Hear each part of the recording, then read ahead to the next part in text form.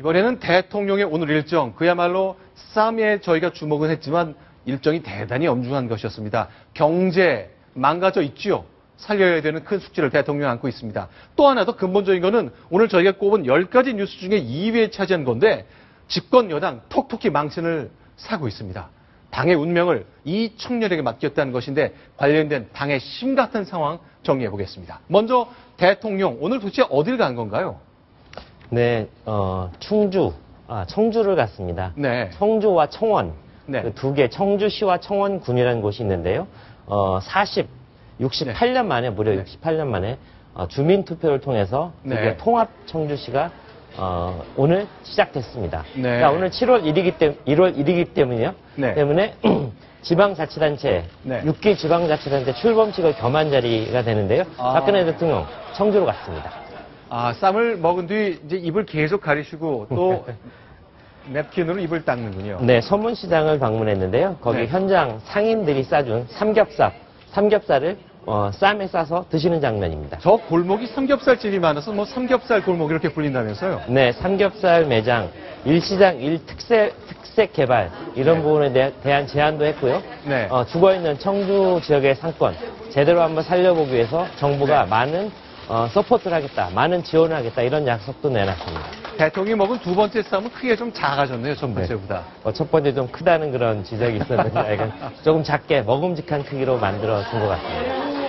자, 그런데 지금 서민 경제, 민생 경제 그만큼 심각한 거죠? 세월호 때문에 그 여파도 더 있겠군요. 그렇죠. 이제 지방선거 끝난 다음에 대통령의 국정 아젠다 1순위는 역시 민생 안정, 경제 살리기에 모아져 있다고 생각합니다. 그런데 여기서 한 가지 간과하지 않아야 될 부분이 있다고 생각하는데요. 정치적인 메시지도 던져졌다고 생각합니다. 그게 뭐죠? 네, 4월 16일 세월호 참사 이후에 지방 한 번도 방문을 못했죠. 사실은 여러 번 방문하고 싶었을 겁니다. 그렇지만 6.4 지방선거를 목전에 앞둔 시점이었기 때문에 한 번도 방문할 수 없었는데요. 이번에는 자연스럽게 지방자치단체 6기 출범식에 맞춰서 갔고요. 그러면서 이번에 730 재보선에 충청 지역 3곳의 재보선이 예정돼 있습니다.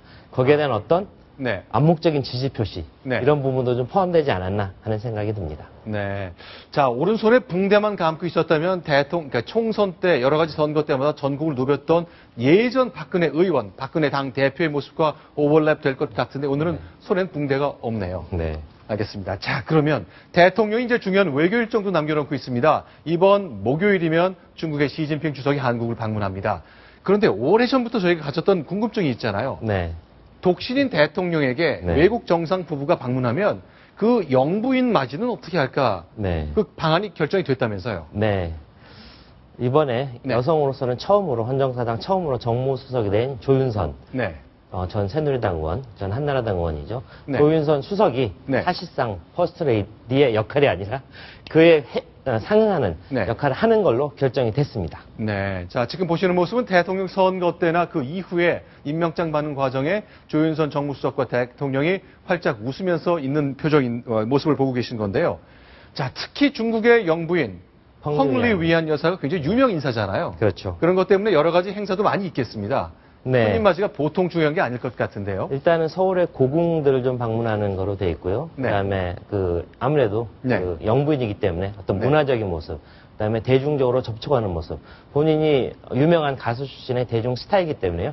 그런 모습을 많이 포커싱 할 것 같고요. 그런 펑리위안 여사의 움직이는 모습에 조윤선 정무수석이 그림자처럼 따라다니는 역할을 할 걸로 점쳐집니다. 자, 지금 보시는 모습은 결혼하기 전 현역 군인 시절에 노래하는 펑리 위안 여사인데요. 노래하는 음성을 제가 잘 별로 듣지 못했습니다. 한번 들어볼까요?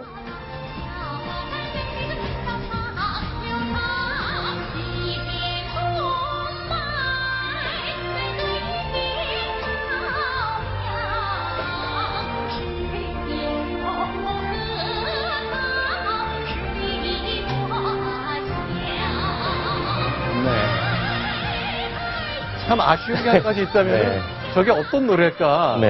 희망의 들판에서라는 제목 말고는 가사를 좀 알기 어려운 게 좀 아쉬운 점이네요. 혹시 경극 보신 적 있으신지 모르겠는데요. 경극에서 보여듯이 하이톤, 굉장히 높은 목소리로 뭔가 중국 국민들에게 네. 메시지를 전하는 듯한 네. 모습 보여줍니다. 한 가지. 네. 그리고 이번에 왜 조윤선 정무수석이 펑리위안회 수행 또는 동행하게 됐느냐. 네. 여기 대해서 한번 이 내용에 대해서 잘 알만한 사람에 대해서 물어봤습니다. 아, 예. 그랬더니 양국 관계에 대한 건설적인 대화가 가능하고 네. 또 펑리위안 여사에게 가장 좋은 인상을 줄 수 있는 사람. 그리고 궁극적으로 양자 관계에 네. 장래에도 도움을 줄 수 있는 인물을 네. 고르다 보니 조윤선 정무수석이었다. 네. 남자는 배제됐었고요. 네. 그렇게 이제 여자로서 그렇게 할 수 있는 사람 후보군을 추리다 보니 몇 명 없었고요. 네. 조윤선 정무수석이 가장 적임자였다. 이런 얘기가 있었습니다. 알겠습니다. 자, 이제 대통령이 오늘 그 민생 행보 일정도 챙겨봤고, 이번 주 목요일, 금요일 1박 2일 국빈 방문하는 중국 국가주석 부부에 대한 얘기도 했습니다만, 재밌고 즐거운 소식은 여기까지입니다.